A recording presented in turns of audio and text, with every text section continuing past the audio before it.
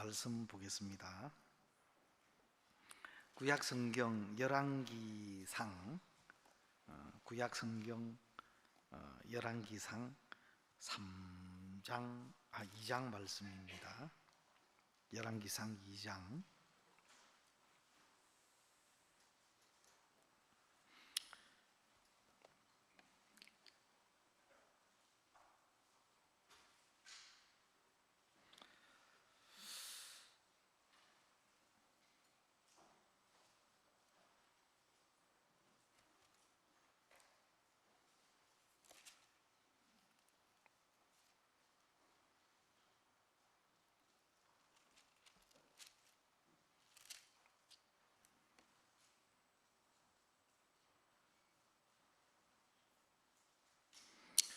죄송합니다. 열왕기상 2장 36절부터 읽겠습니다. 2장 36절입니다. 왕이 보내어 시므이를 불러서 이르되 너는 예루살렘에서 너를 위하여 집을 짓고 거기서 살고 어디든지 나가지 말라. 너는 분명히 알라. 내가 나가서 기드론 시내를 건너는 날에는 정령 죽임을 당하리니 내 피가 내 머리로 돌아가리라. 시므이가 왕께 대답하되 이 말씀이 좋사오니 내 주 왕의 말씀대로 종이 그리하겠나이다 하고 이에 날이 오래도록 예루살렘에 머무니라. 3년 후에 시므이의 두 종이 가드 왕 마아가의 아들 아기스에게로 도망하여 간지라. 혹이 시므이에게 고하여 가로되 당신의 종이 가드에 있나이다. 시므이가 그 종을 찾으려고 일어나 그 나귀의 안장을 지우고 가드로 가서 아기스에게 나아가 그 종을 가드에서 데려왔더니 시므이가 예루살렘에서부터 가드에 갔다가 돌아온 일을 혹이 솔로몬에게 고한지라. 왕이 사람을 보내어 시므이를 불러서 이르되 내가 너로 여호와를 가리켜 맹세하게 하고 경계하여 이르기를 너는 분명히 알라. 내가 밖으로 나가서 어디든지 나가는 날에는 죽임을 당하리라 하지 아니하였느냐. 너도 내게 말하기를 내가 들은 말씀이 좋으니이다 하였거늘 내가 어찌하여 여호와를 가리켜 한 맹세와 내가 내게 이런 명령을 지키지 아니하느냐. 왕이 또 시므이에게 이르되 내가 무릇 내 마음에 아는 모든 악 곧 내 부친에게 행한 바를 내가 스스로 아나니 여호와께서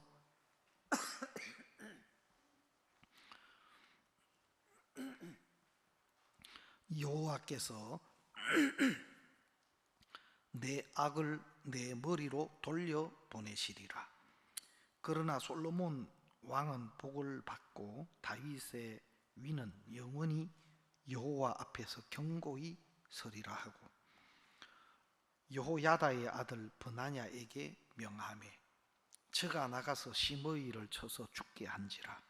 이에 나라가 솔로몬의 손에 견고하여 지니라. 46절 말씀까지 읽었습니다.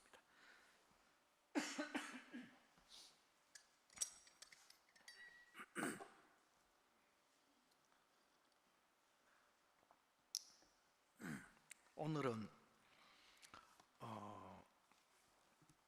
시므이에 대한 그 말씀을 좀 같이 나누고 싶습니다. 사실 이 시므이는 그 베냐민 지파에 속한 사람이고 그 사울의 같은 친족입니다.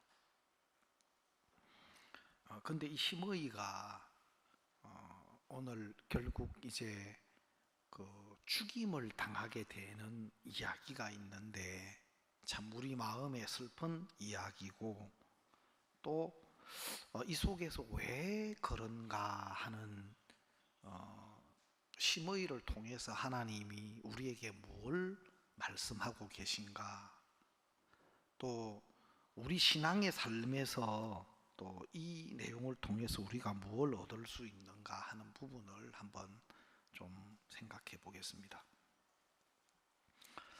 제가 87년도에 1987년도에 수성교회의 개척을 하게 되었습니다. 수성교회 87년 10월 30일 날 교회가 개척이 되었습니다.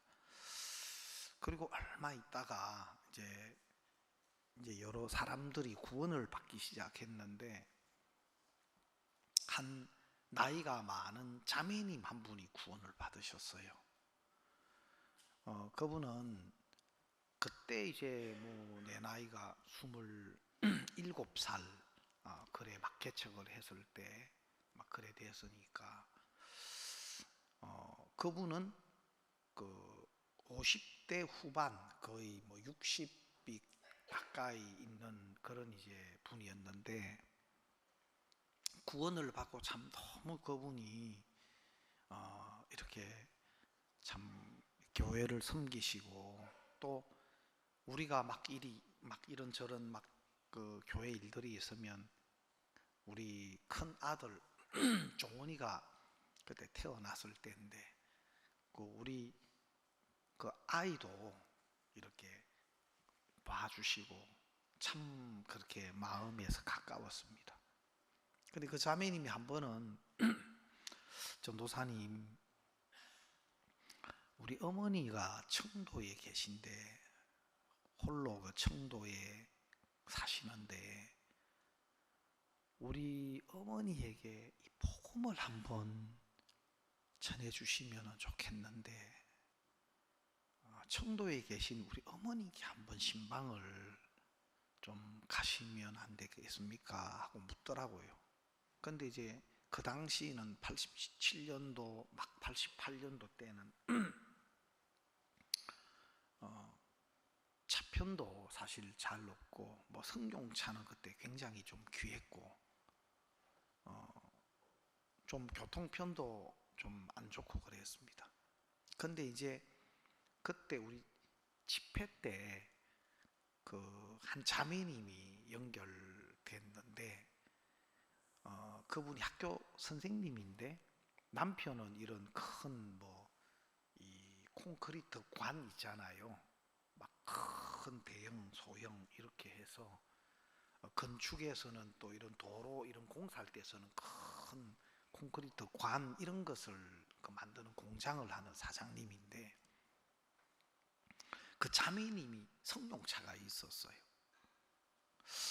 그래 한번 혹시 시간이 되시는지 하고 물어보니까 그 자매님이 괜찮다고. 그래서 우리 집사람하고 그 자매님 그 나이가 많은 그 자매님하고 해서 한 차를 타고 그 대구에서 청도까지 이제 갔어요. 근데 자매님 그 모친이 연세가 많으신데 교회를 나가고 계신데 쭉 한 1시간 반 정도 교제를 하고 복음을 전했어요. 근데 이 모친님이 참 말씀을 그렇게 달게 잘 들으시는 겁니다. 그리고 그 모친님이 복음을 그대로 받아들이고 구원을 받으셨어요. 그래서 저도 너무 기쁘고 또 그 자매님도 너무 감사해하고 기뻐하고 참 우리가 너무 행복한 마음이 들었습니다. 그래서 이제 교제를 마쳤는데 그 모친께서 전도사님 요 위에 나하고 같이 그 산 언덕에 늘 그 교회에서 가서 살다시피 하는 그 모친 한 분이 계신데 나에게 이렇게 이야기해 주신 이 말씀 꼭 그 모친님에게 한번 좀 이야기해 주시면 안 되겠습니까? 이제 모친님이 복음의 말씀을 듣고 부탁을 하는 거예요. 예. 그러죠. 그래서 이제 그 모친 집에서 나와서 그 모친이 계신 집을 찾아갔어요. 그 교회 바로 앞에 사시는데 늘 교회 그냥 사시다시피 하는 모친이세요. 그래 그 집을 이제 찾아가서 이제 또 교제를 했는데, 우리가 이제 또 가야 하는 시간도 있고 해서 쭉 이렇게 이야기를 하고, 다시 이제 처음부터 해서 쭉 이 구원에 대해서, 죄 사함에 대해서, 또 어떻게 우리가 구원을 받는지 쭉 이렇게 말씀을 드렸어요. 그래 한 1시간 정도 뭐 남짓 되도록 쭉 복음의 말씀을 쭉 전해 드렸는데, 이 모친께서 말씀을 다 들으시고 어떤 말씀을 하시느냐면은, 전도사님이 해주신 말씀이 참 좋습니다. 근데 전도사님처럼 이렇게 신령하고 하나님을 잘 섬기는 분들에게는 너무 좋은 말씀인데, 혈기가 왕성한 이런 젊은 사람들에게는 굉장히 위험한 말씀입니다. 나는 그런 말씀을 하실 줄도 몰랐고 또 생각도 못했어요. 근데 그렇게 말씀을 하요.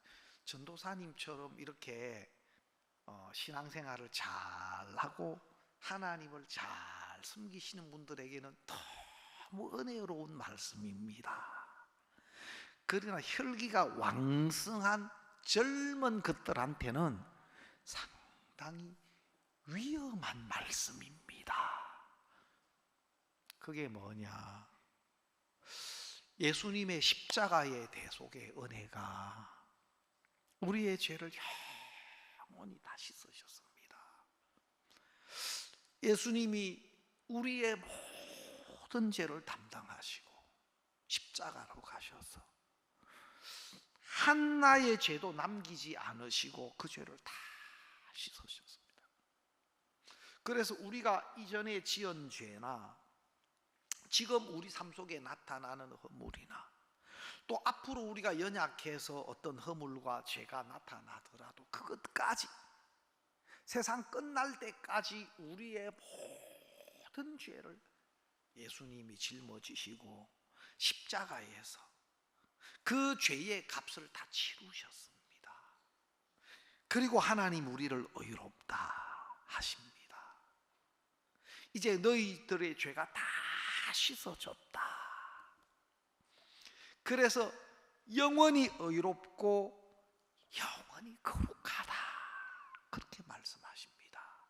제가 이제 그 복음을 쭉 전했는데 그 모친은 이제 그렇게 생각되신 거예요. 그래 신앙생활을 반듯하고 이런 은혜를 은혜로 잘 알고 신앙생활을 잘 할 사람들은 괜찮은데, 뭐라고? 웜에 이거 왔다, 이거 완전 좋은 거네. 앞으로 지을 죄까지도 다 이미 씻어주셔서 이제 내 조건과 내 행위와 상관없이 천국 갈 수 있도록 다 해놨다. 와, 이래 좋은 게 있나? 그래서 그 말씀을 듣고 그것을 자기 육체의 기회로 삼아서 다 씻어놨다 하니까, 이제 천국 갈 수 있도록 다 돼 있다 하니까 지 마음대로 살고 지 하고 싶은 대로 살고, 그래 살면 이게 위험하지 않습니까? 제가 이제 그 모치님이 하시는 말씀을 들을 때 막 마음이 아팠어요. 속이 상했어요. 지금 왜? 그 모치님이 지금 남 걱정하고 계신 거예요. 지금 젊은 것들 걱정할 때가 아닌데 지금 지금 젊은 것들을 걱정할 때입니까? 지금 내 죄가 지금 어떻게 되냐? 예? 내가 지금 더 큰 문제인데 남 걱정하고 있어. 혹시 여러분도 남 걱정하는 신앙, 남을 걱정하는 거는 나쁜 건 아닙니다. 근데 자기 걱정 안 하고 남 걱정하는 거는 좀 그건 안 맞죠? 신앙은 먼저 자기를 먼저 돌아보고 다른 사람 이전에 내가 먼저 은혜를 입어야 할 사람이 되고, 내가 먼저 뭐 다른 사람부터 내가 하나님의 마음을 받고 하나님의 말씀을 받고, 그게 신앙의 가장 먼저입니다. 근데 알고 보면 그 모친님은 모르는 게 있어요. 뭘 모르느냐? 내가 아무리 열심히 정성껏 진실하게 잘하려고 한다고 해도 우리는 죄를 이길 수 없는 사람입니다.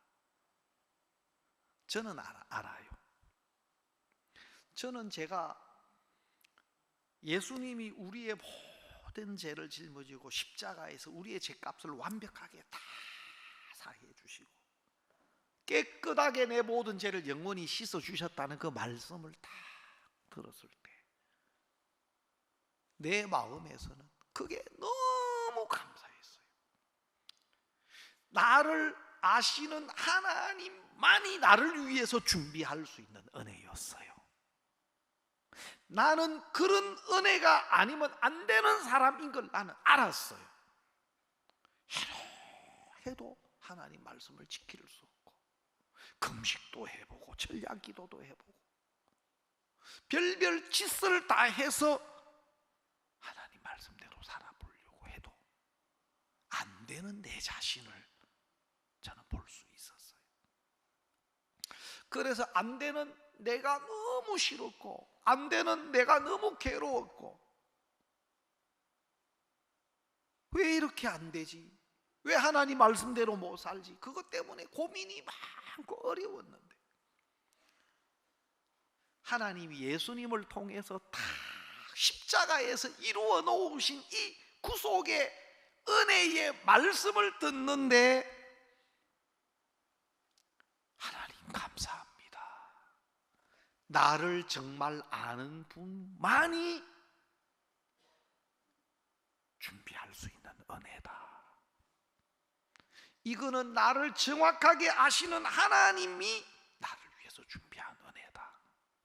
나는 이런 은혜가 아니면 안 되는 사람이기 때문에 내 마음에는 그 하나님이 예수님을 통해서 베풀어 주신 이 대속의 은혜가 너무 내게 합당하고, 나는 이런 은혜가 아니면 안 될 사람이니까 너무 감사했고 기뻤고 고마웠고,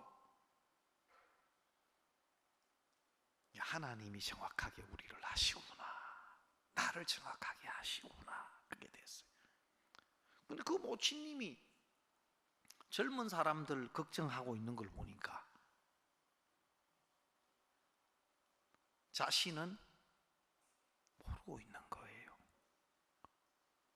지금 뭐 젊은 사람들만 지금 걱정해야 되는 게 아니고, 예? 연세가 든 늙은 분들도 지 안 짓고 삽니까? 그러니까 그 모친님이, 저도 몰라요. 저도 그 모친님은 전도사님처럼 이렇게 신령하게 하나님 신앙생활 잘 하시는 이런 분들에게는 은혜롭지만 가는데 그거 틀린 거예요. 나도 하나님 말씀대로 안 살아지고 못 살고 그것 때문에 얼마나 많은 고통이 있었는데 나는 왜 이렇게 안 될까? 칭찬은 많이 들었어요. 뭐 집에서도 뭐 교회에서도, 내가 뭐 신학교 다닐 때도, 또 직장생활 할 때도 칭찬은 많이 들었어요. 그런데 하나님 앞에서 보면, 말씀 앞에서 보면 말도 안 되고 택도 없는 그런 사람이었어요. 근데 그 모친 보실 때는 내가 아주 전도사니까 좀 그래도 신령하게 하나님 잘 섬기는 사람처럼 보였는지 몰라도, 그거는 그 모친이 저를 몰라서 그런 거예요. 실제 저는 아닌 사람이고 안 되는 사람이었는데 막 그 말씀 듣는데 박수가, 할렐루야, 진짜 할렐루야, 나에게 너무 완벽한 은혜입니다. 합당한 은혜입니다. 나는 이런 은혜 아니면 난 안 될 인간입니다. 내 마음에서 막 그 은혜가 너무 감사하게, 너무 귀하게, 내 마음 중심에서 정말 하나님 앞에 감사했어요. 감사했어요. 여러분, 우리가 하나님은 똑같이 이 예수 그리스도의 은혜를 우리에게 준비하셨고 나타내시기를 원하셔요. 근데 이제 문제는 뭐냐면 사람의 어떤 마음의 위치에 따라서 보는 것이 달라지고 또 듣는 것이 달라져요. 여러분, 사실 이 은혜, 하나님이 준비하신 이 은혜가 우리에게 은혜가 되게 하시려고 하나님은 인생들에게 어려움도 주시고 문제도 주시고 또 하나님 앞에 나오고 하나님을 찾을 기회를 많이 주시는 거예요. 왜? 우리를 사랑하시니까. 또 하나님이 우리를 위해 준비한 은혜로 우리가 진짜 행복하고 기쁘고 하나님의 백성이 되고 이걸 하나님이 원하셔요. 그래서 성경에 보니까 하나님은 모든 사람이 구원을 얻으며 진리를 아는데 이르기를 원하시느니라. 하나님은 모든 사람이 구원을 얻으며 진리를 아는데 이르기를 원하신다. 이게 정말 하나님의 마음이에요. 요한복음 3장 16절에 보면은 하나님이 세상을 이처럼 사랑하사 독생자를 주셨으니 이는 누구든지 저를 믿는 자마다 멸망치 않고 영생을 얻게 하려 하심이라. 하나님이 독생자를 주셨는데, 하나님이 세상을 이처럼 사랑하사 독생자를 주셨는데, 누구든지 이는 저를 믿는 자마다 멸망치 않고, 이는 저를 믿는 사람마다 누구든지 어떤 죄를 지었든 어떤 많은 죄를 지었든 예수님을 통해서 죄사함을 받고 구원을 받기를 하나님은 원하셔요.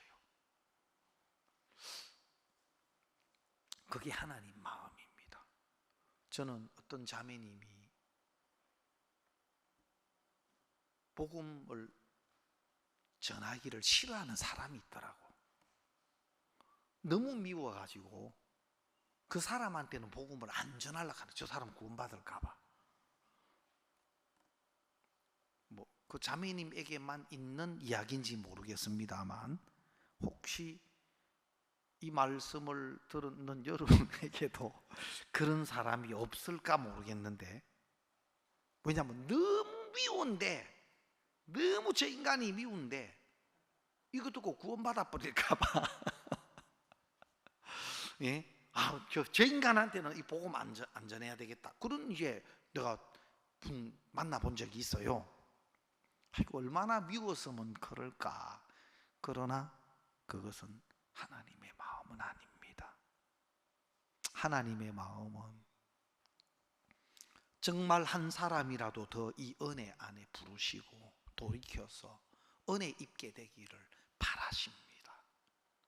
여러분, 성경에 보면은 그 사무엘아의 압살롬이 그 아버지 왕위를 노리고 왕자로 아버지의 모든 것을 누릴 수 있는데, 심지어 아버지는 그 모든 걸 그 아들에게 다 이미 줬어요. 심지어 그렇게 아버지를 대적하고 아버지를 죽이려고 군대를 끌고 나온 그 압살롬이 죽임을 당했다는 소식을 들었을 때 그렇게 다윗이 슬퍼했어요. 압살롬 내 아들아, 압살롬 내 아들아, 내가 너를 대신하여 죽었다면, 할 수만 있으면 그 압살롬을 대신해서 죽을 마음을 가지고 있었어요, 다윗이. 그것이 압살롬을 향한 다윗의 마음이었어요. 그 압살롬이 은혜를 입지 못하고 죽임을 당하게 되는 그것이 다윗에게 큰 슬픔이 되고 큰 아픔이 되었어요. 그 하나님의 마음을 나타내. 하나님은 할 수만 있으면 돌이켜서 은혜를 입혀주시기를 원하고, 은혜를 입히시기만 원할 뿐만 아니라 또 그 일을 하고 계셔요. 근데 은혜를 입지 못하고 구원을 받지 못하고 이런 것들은 진짜 압살롬의 그 모습이 다윗에게 큰 슬픔이 됐던 것처럼 하나님도 그렇게 보실 거 아닙니까? 그래서 정말 하나님이 끊임없이 한 사람 한 사람을 구원하시려고 지금도 일을 하고 계신다. 이게 하나님의 마음입니다. 저는 이제 명절이 되면 우리 아버님이 생각이 나는데, 제가 일반 교회를 중학교 2학년 때부터 다니면서 우리 아버님이 사도 독자시고 제가 5대 장남이에요. 내 밑에 이제 남동생이 하나 있긴 해도. 그래서 우리가 6남매인데 아버님이 4대 독자시고 위로 누님이 2분 계시고 제가 이제 5대째 이제 장남으로 딱 태어났는데, 나는 그런 거 잘 몰랐는데 나중에 이야기를 들어보니까 내가 귀한 집 자손인 거예요. 예, 그렇게 안 보신 분들은 다시 한번 기억하시기를 바랍니다. 제가 인동 장씨 집안의 35대 손인데 귀한 집 자손인 거 알고 대하시기를 바랍니다. 그래서 막 내가 태어나고 우리 어머님이 한숨 놓으셨다 하더라고요. 왜냐하면 막 4대 독자 집안에 오셔가지고 아들을 못 놓고, 그래가 나는 태어나면서 효도를 해버렸어. 그래가 막 내가 울면 우리 제 할아버지가 막 우리 어머님께 얘 울리면 안 된다, 얘는 울리지 마라, 얘가 막 부엌에서 막 이 식사 준비하고 하시면 얘 울리면 안 된다, 얘 울리지 마라 해가지고 빨리 들어오라 해가지고 할아버지가 막 바쁘고 우리 어머니 막 제 이제 젖 먹이고 달래고 그랬다 하더라고요. 아무튼 그래서 그런지 어릴 때도 뭐 우리 아버님이 제사를 지내면 막 그때는 가난하기도 했지만 뭐 특별히 제사장에 이제 좀 전에 먹기 힘든 거 뭐 오징어나 밥이나 이런 것들 이제 있으면 막 내가 그래도 누님들 계셔도 장남이라고 막 그런 걸 내가 차지하고 그랬단 말이에요. 용돈도 받고 명절 되면. 근데 교회를 나가기 시작하니까 교회 나가는 것 때문에 막 핍박도 받고 매도 맞고 했지만 또 이 제사를 이제 안 지내는 것 때문에 엄청 매도 맞고 그랬어요. 그러니까 우리 아버님이 아버님이 4대 독자시 내가 5대 장남인데 내가 이제 교회를 딱 나간다 하니까 막 우리 아버님이 막 너무 안 좋아하는 거예요. 싫어하는 거예요. 그리고 매도 많이 맞고 쫓겨다니기도 하고 뭐 하여튼 우리 아버님은 좀 특별한 분이셨어요. 제가 이제 구원을 받고 이제 결혼을 하게 됐는데 우리 아버님은 다 오면 5분 좋아요. 생신이나 명절 돼서 집에 딱 오면 한 5분 아이고 왔나, 수고했다, 아이고 며느라 어서 와라 하고 그냥 5분 딱 좋아. 그 5분 만에 다시 우리는 복귀해야 돼. 그런데 5분 지나면 집에 큰 소리가 나오기 시작해요. 하나님이 어디 있다고 하나님이 가시면서 이제 막 불만을 이제 토하기 시작. 물론 이제 약주도 한잔 하시고 막 그렇게 하시죠. 응? 내가 나아가 키 하나 띠만 엄한 데 가서 아버지 자꾸 잡아줬다 하면서 이제 막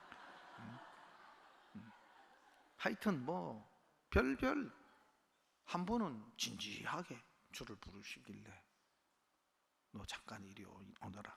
아, 예 아버지. 진지하게 부르셔서 차분하게 내 귀에 대고, 너 신도들 덩쳐먹고 사기치는 일 그만하고 나하고 같이 살자. 내 귀를 의심해서, 우리 아버님이 그래 이야기하실 줄 몰라서. 그때는 구원받고 선교학교 막 이제 파송받아가 막 그 수성에 개척하면서 뜨거웠거든요. 그때 구원도 많이 받았어요. 그때 구원받는 교회에 구원받는 사람들이 막 일어나고 막 진짜 온도가 높아서 뜨거웠어. 근데 우리 아버님, 네 신도들 덩쳐먹고 사기치는 일 그만하고 나하고 같이 살려가는데 막 내가 깜짝 놀라. 내가 막 화가 났어요. 아버지, 우리 교회가 어떤 교회인데, 우리 교회 계신 종들이 어떤 종들인데 그런 말씀을 하십니까? 하고 막 우리 아버지하고 막 언쟁이 되도록 막 나도 막 도저히 막 어떻게 이렇게 말씀하시나. 야,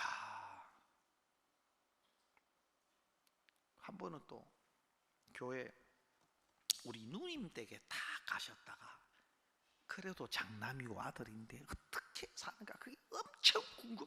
우리 아버지는 교회 오시는 분이 아니에요. 결혼식을 우리 남부산 교회에서 했는데, 결혼식 사진 보면 우리 아버님 이렇게 이제 딱 옆에 앉아 계시면 얼굴이 이쪽으로 안 향하고 얼굴이 이쪽으로 돌아가 있어요. 강대상이요 이거. 결혼식 사진에 보면 우리 아버님 얼굴이 이래 돌아가 있어요. 교회 아들 결혼 때문에 어쩔 수 없어서 와가 앉아 계시지, 교회. 그러니까 목사님들의 목사하고 중놈들, 스님이란 게요, 목사하고 중놈들은 다 도둑놈들이다. 우리 아버지는 그렇게 생각하셔요. 그렇게 종교를 싫어했어요. 그러니까 우리 누님 집에 갔다가 한번 딱 들르셨는데, 그때는 조그만한 2층에 한 40평 되는데 칸막이 넣고 해가 예배당도 조그만한 요래 이제 베니 합판으로 막아가 지냈는데, 조그만한 그 강대상 앞에 딱 앉으시더니만 술상가 오니라 가시더라고. 우리 아버지 저 방으로 들어가시죠. 우리 아버님은 술로 사시는 분, 방으로 들어가십니다.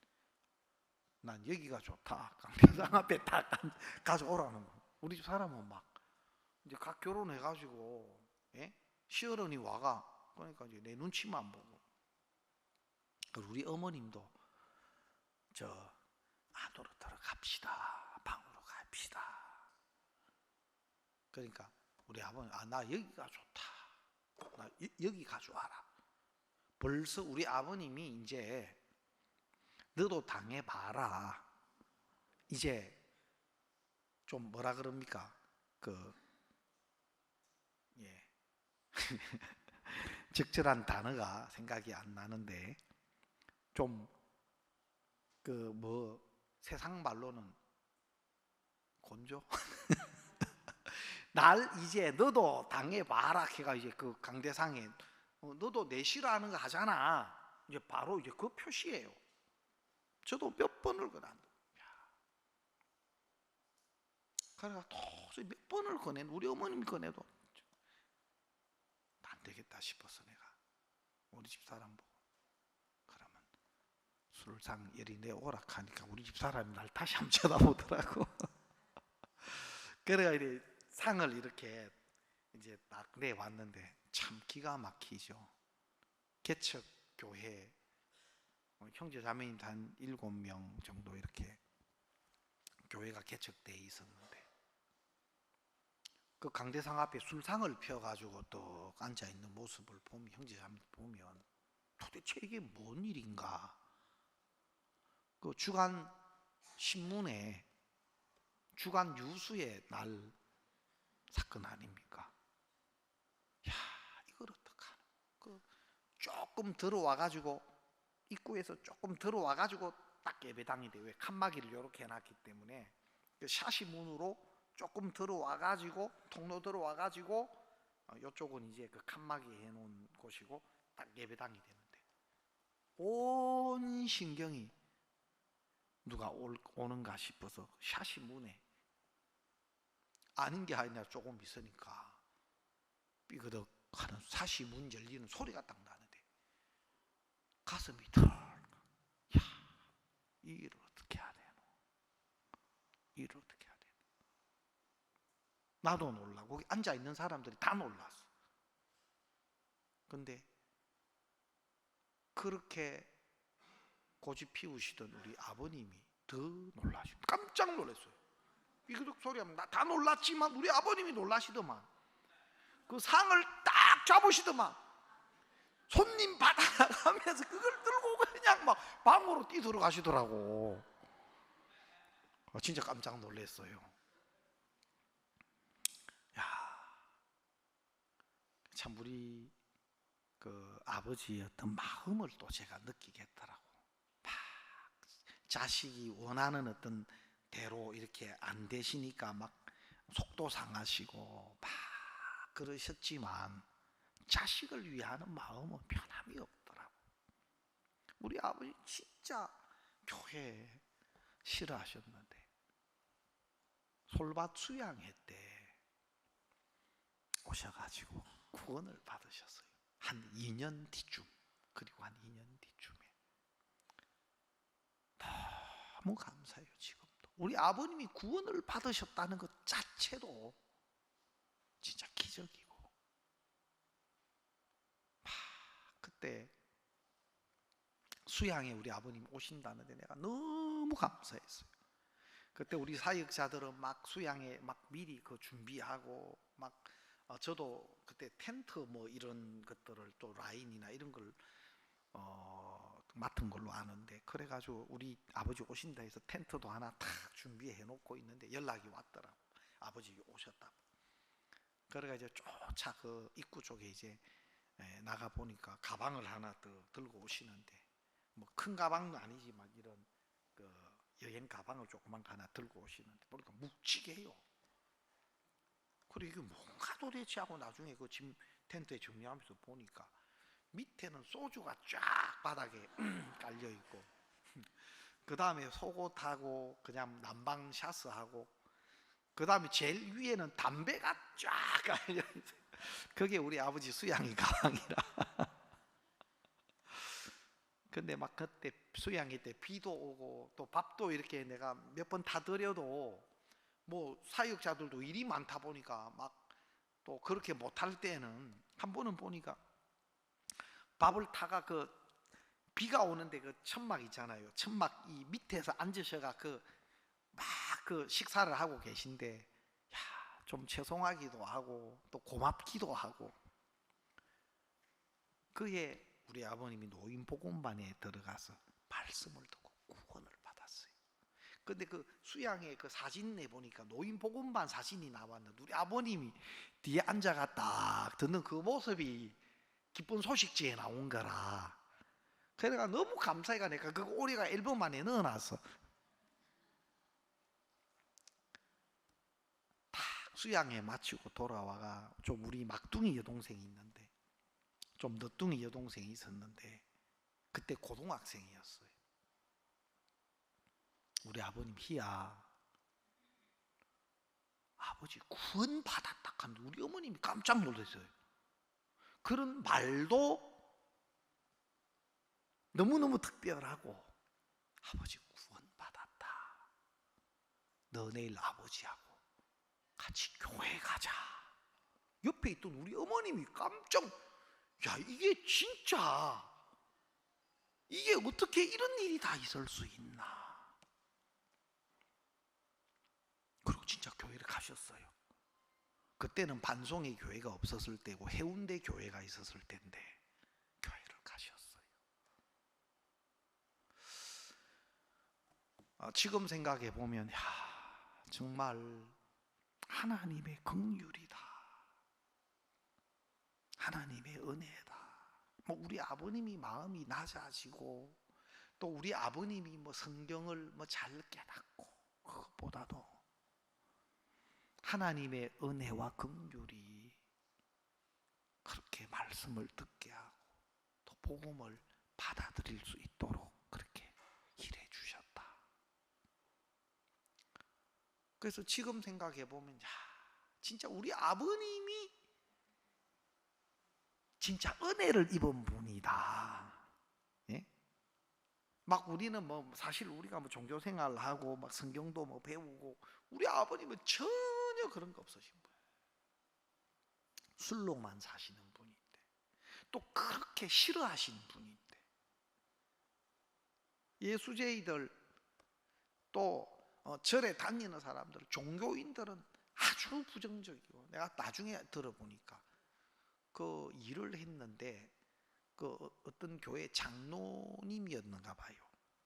공사를 해가지고 일을 시켰는데 그 돈을 안 주고 다 도망을 가버린 거라. 그런 상처가 있더라고요. 그런 상처가.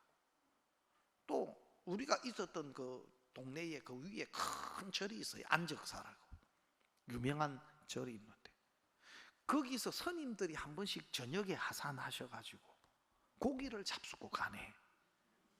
주문을 딱 해가, 우리 아버님은 다 알아. 그 동네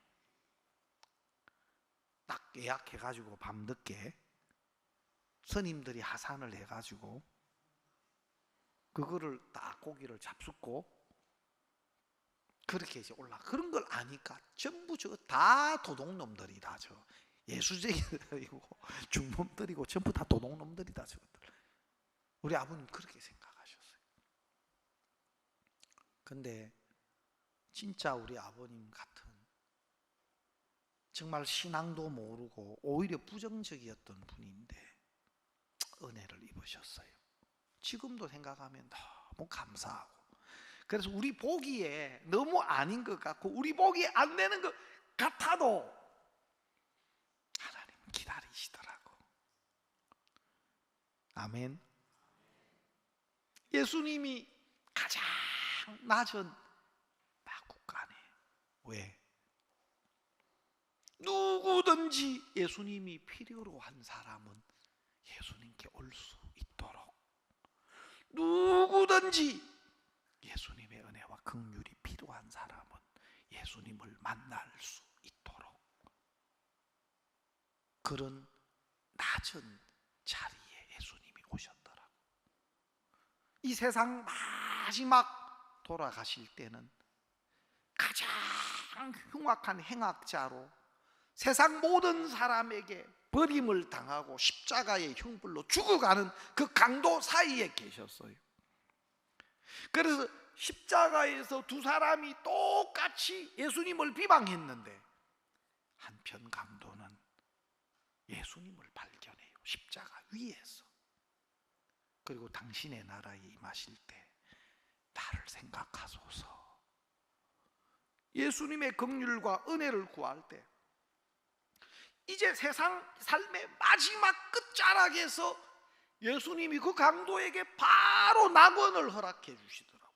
네가 오늘 나와 함께 낙원에 있으리라. 세상 마지막 끝자락에 모든 사람에게 미움을 당하고 버림을 당한 그 자리에서라도 주님을 찾고 주님을 부를 때 예수님은 그 강도의 손을 잡으시더라고. 낙원을 약속해 주시더라고. 여러분, 하나님은 지금도 기다리시고 지금도 은혜 베풀기를 원하시고, 또 우리가 볼 때는 막 너무 아닌 것 같고 너무 먼 것 같아도 하나님은 또 일을 하셔서 그들의 마음을 바꾸어 주시는 겁니다.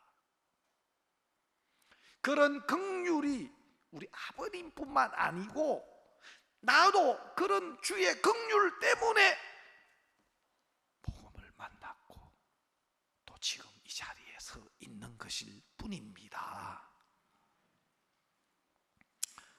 그래서 정말 한 사람 한 사람이 이런 은혜를 입었으면 좋겠고, 여러분 이 심의 사실 오늘 이 성경에 보면 한번 볼까요? 그 앞부분에 보면 지금 여기 2장에 보면은 그 솔로몬이 심의에게 뭐라고 이야기하느냐면, 너는 기드론 시내를 건너지 말아라. 기드론 시내를 건너면 죽임을 당한다 하는 법을 세워요. 근데 이 심의가 예, 왕의 말씀이 내게 조사오니 내가 그렇게 하겠습니다 하고 약속을 해요. 근데 왜 솔로몬이 이 심의에게 법을 세웠냐면, 이 심의가 다윗이 이렇게 이야기를 했어요. 우리가 그 앞부분에 한번 보겠습니다.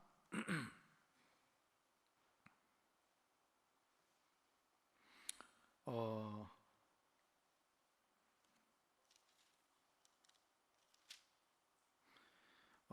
2장 8절을 한번 보겠습니다. 2장 8절.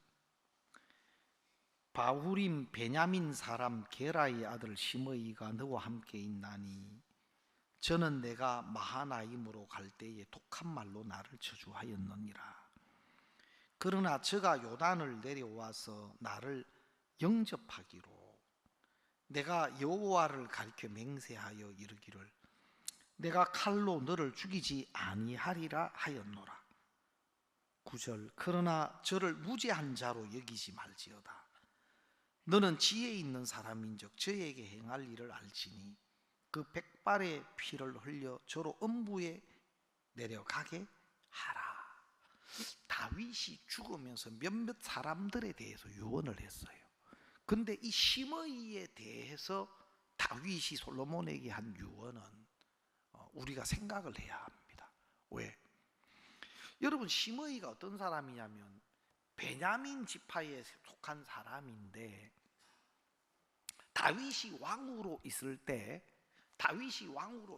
그냥 조용하게 있다가 다윗이 압살롬의 반역에 의해서 쫓겨나게 될 때 다윗을 향해서 욕을 하고 돌을 던지고 다윗을 향하여 저주를 퍼부었어요. 다시 말하면 다윗이 왕으로 있을 때는 아무 말 못하다가 압살롬의 반역에 의해서 이제 다시는 왕위를 회복할 수 없는 위치에서 정말 맨발로 피난을 갈 지경이 되니까 그 심의 마음 속에 다윗을 향해서 가지고 있었던 미움과 저주와 그 다윗을 향하여 악한 말을 다 쏟아내는 겁니다. 너 그럴 줄 알았다.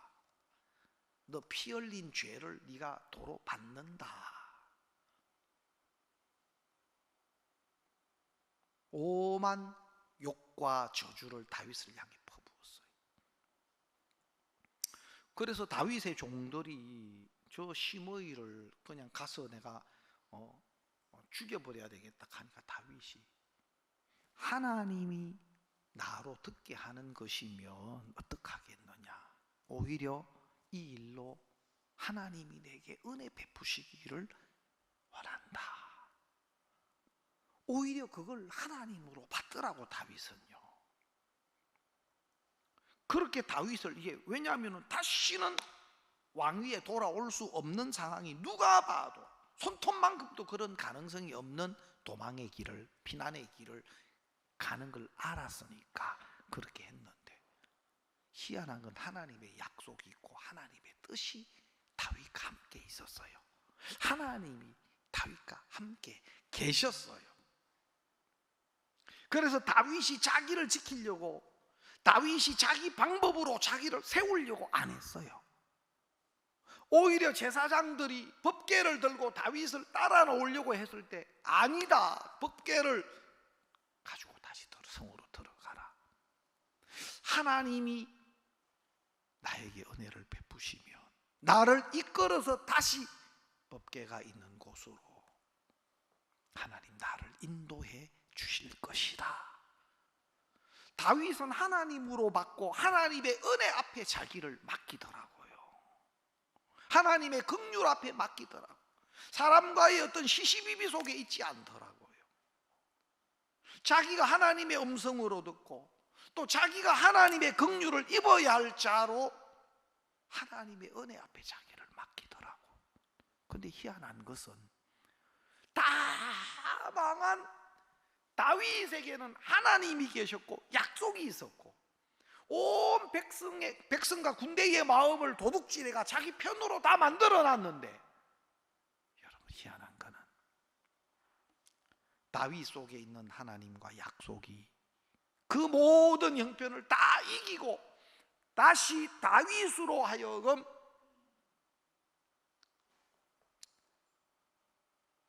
이스라엘의 왕으로, 온 이스라엘의 왕으로 돌아오게 하시는 겁니다. 그 형편을 다 이기고.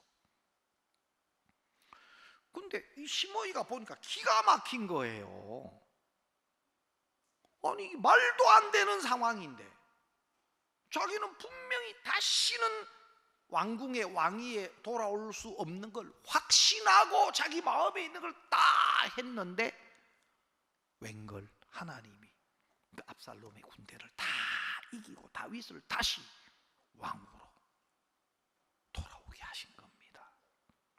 시므이가 그걸 딱 보고는 베냐민 사람 1,000명을 데리고 제일 먼저 요단강 나루터 건너와가 그 앞에서 다윗을 맞이해요. 그러면서 왕이여 내게 은혜를 베풀어 주십시오. 지난 일을 기억하지 마십시오. 내가 왕께, 내 주 왕께 범죄한 줄 압니다. 다윗 왕에게 은혜를 구해요. 내가 왕께 범죄했습니다. 지난 내가 했던 것을 기억하지 마십시오. 주위의 종들은 저 시므이 그냥 두면 안 된다 하는데 왕을 저주하신 다윗이 은혜를 베풀어요, 시므이에게. 그리고 시므이가 죽지 않도록, 시므이를 죽이지 못하도록 해줘요.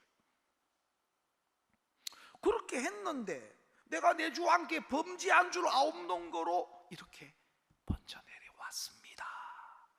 그리고 용서를 구하고 다윗이 시므이에게 은혜를 베풀어요. 그런데 다윗이 죽기 전에 솔로몬에게 이 시므이에 대한 이야기를 하는데, 시므이를 그냥 편안하게 죽도록 하지 마라. 내가 피난 갈 때 나를 저주하고 했지만 그가 나와서 은혜를 구하고 용서를 구해서 내가 죽이지 않도록 용서를 베풀었는데, 그러나 이 시므이가 회개되지는 않았다. 다윗이 시므이의 마음을 본 겁니다. 자기가 잘못했다고 하고 다윗이 살려주고 은혜를 베풀었는데도 시므이 마음의 중심에 회개가 되지 않은 이 시므이를 본 겁니다.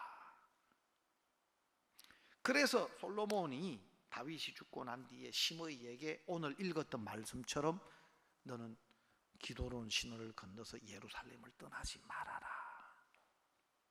근데 시므이가 왕의 말씀이 좋사오니 그렇게 해요. 여러분 법을 세우는데 그 법이 좋을 게 뭐가 있습니까? 자기를 확신하니까. 자기는 안 어길 수 있다. 자기는 뭐 지키면 되지. 가지고 그 기드론 신 안 건너가면 되지. 자기는 얼마든지 할 수 있다. 그렇게 하면 되지. 자기를 믿으니까. 이미 시므이는 죽어야 될 사람이었어요. 정말 솔로몬이 법을 이야기했을 때 솔로몬 왕이요, 저는 벌써 죽어야 될 사람이었습니다. 나는 왕을 저주하고 왕을 욕하고 왕을 대적했던 사람입니다. 나는 벌써 죽어야 될 사람인데 왕의 선친께서 내게 은혜를 베풀어서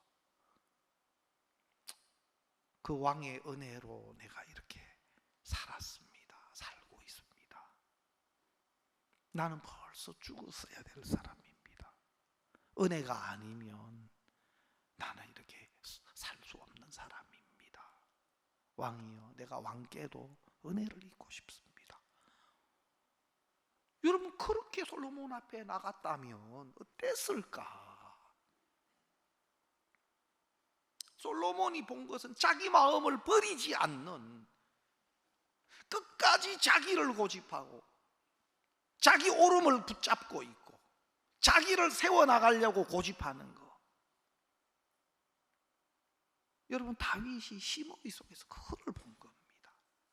자기가 잘못한 저주한 것은 내가 내 주 왕께 범죄한 줄 아옵는 고로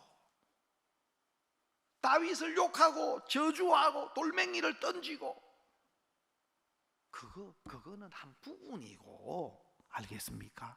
그건 범죄예요. 그 마음에서 나온 하나의 어떤 열매일 뿐이에요. 그 마음, 나는 대적자구나, 내 마음은 거짓 덩어리구나, 내 마음으로는 나는 절대로 하나님 섬길 수 없는 사람이야. 나타나는 어떤 몇몇 부분도 그것도 잘못된 거지만 내가 틀린 사람이 되고 내가 안 되는 사람이 되고 내가 망한 사람이 되고, 그래서 나는 내 마음을 믿으면 안 돼. 이미 나는 죽었어야 될 사람이고 이미 죽은 사람이 돼야 돼. 그래서 나는 은혜가 아니면, 긍휼이 아니면 안 되는 사람입니다. 솔로몬 앞에 정말 그 마음으로 섰다면, 그런데 아니에요. 저 때 내가 실수해가 왕 좀 저주했지만 잘하면 되지 뭐. 기도론실에 안 건너가면 되지 뭐. 자신해요. 자기를 믿어요. 자기를 믿어. 그런데 종 2명이 다 도망을 갔어요. 종 2명이 도망을 갔는데 그 종들이 가드에 있다 하는 소문을 딱 듣고는 그 종을 찾으러 기드론 시내를 건너가요. 자기 필요하고 자기에게 원하는, 자기 보기에 좋은 또 자기가 해야 되는 그게 생기니까 다른 거 다 무시하고 그 종을 찾기 위해서 딱 기드론 시내를 건너고 솔로몬 귀에 들려요. 결국은 이 시므온이 죽임을 당해요. 여러분, 사단은 우리가 구원도 받고 또 우리 삶 속에 우리는 많은 하나님의 은혜를 입은 사람입니다. 그러나 우리는 또 얼마든지 또 속을 수 있습니다. 다시 한번, 우리는 얼마든지 또 속을 수 있습니다.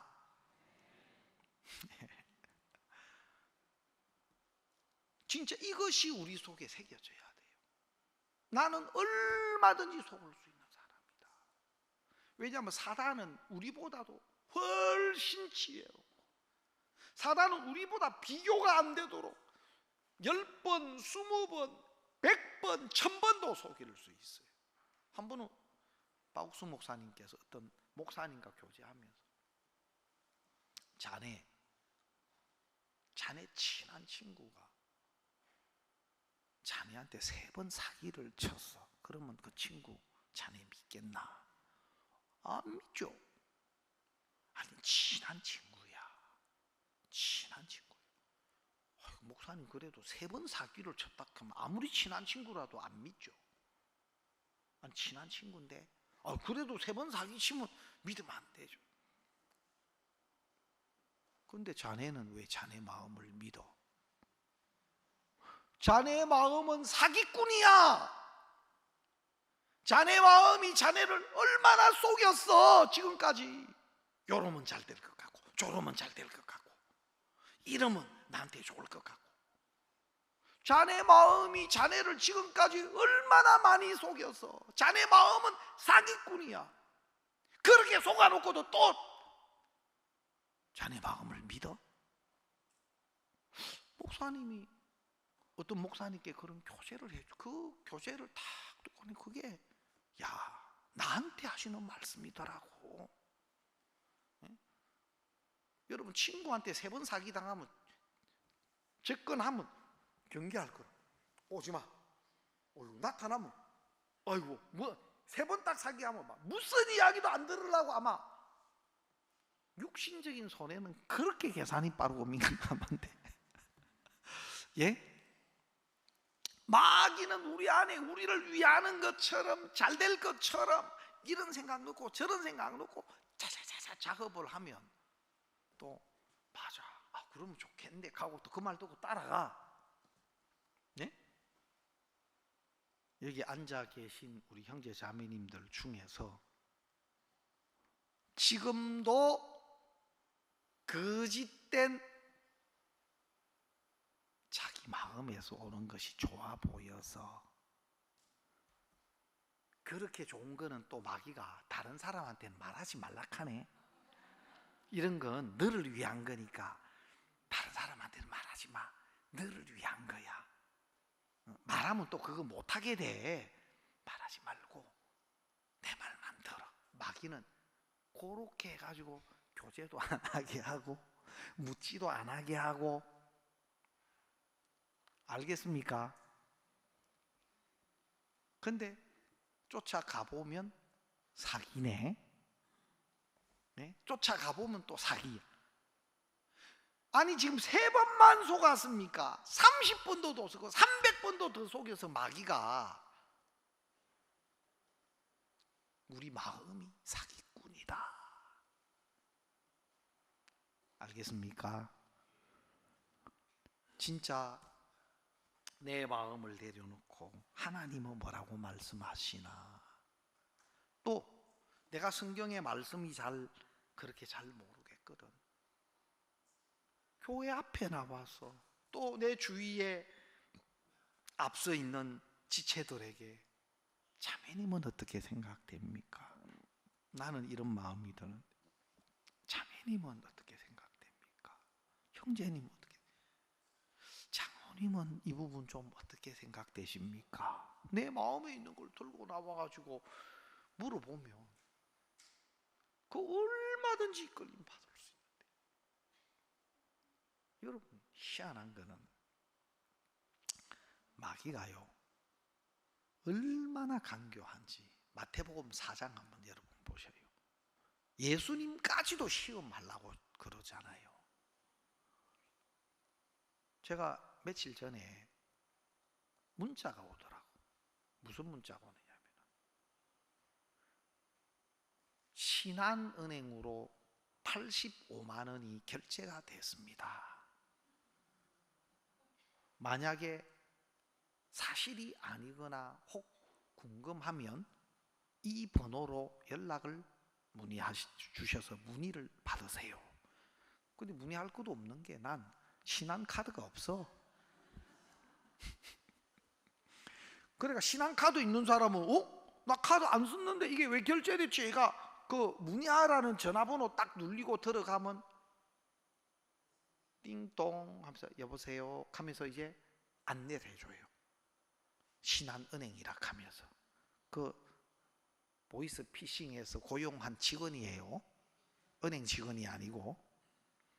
그리고 거기서 또 가르쳐주는 경찰서 그러면 연결해 드릴게요 하면 그 경찰도 보이스 피싱이라. 그 전화로 들어가면 보이스 피싱 체계 안에 들어가. 알겠습니까? 그 실컷 경찰한테 상담받았는데 경찰한테 상담받은 게 아니고 보이스 피싱한테 상담받은 거예요. 여러분 알고 있는 사람은 알아도 지금 모르는 사람은 거기에 걸려가지고 계속 또 지금 보이스 피싱을 당해요. 지금 웃을 일이 아니라 여러분이 웃는 사이에 여러분 자녀들 손자들은 또 지금 끌려가가지고 지금 보이스 피싱 당하고 있을 수 있어요. 이게 누가 속아 안 그래요. 이 사실을 인지 못하면 또 속아. 우리는 아는 것인데도 모르는 사람은 또 속아.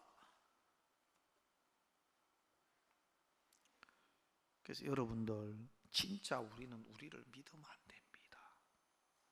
알겠습니까? 그래서 여러분 마음에 특히 막 여러분 마음에 딱 맞고 좋아 보이고 이거 내가 좋아하는 것인데 하면은 점검 받아야 돼. 알겠습니까? 특히 돈 많이 번다 이런 거 있죠. 막 투자하면 막 돈이 팍팍 나온다 이런 거. 예, 뭐 일당이 보통 2, 30이고 한 달에 5, 600은 뭐 너무 쉽게 수입 올린다. 그러면 반드시 문의하세요. 알겠습니까? 예, 쉽게 돈 버는 거 절대 점검해야 됩니다. 특히 다른 모든 것보다 우리 마음은 더욱 그렇습니다. 알겠습니까? 그래서 정말 너무 안타깝고 이 심의가 또 불쌍하고 그런데 심의의 저 슬픔이 죽음이 우리에게는 큰 교훈이 되고 또 심의의 길에 있는 사람들을 돌이키게 하시려고 하나님이 우리에게 주시는 말씀이고 또 하나님은 이런 사람들까지도 살리기를 원하십니다. 그래서 우리 가족들 또 우리 주위에 있는 이웃들이 함께 하나님의 은혜를 또 입었으면 좋겠습니다. 오늘 말씀 여기까지 드리겠습니다.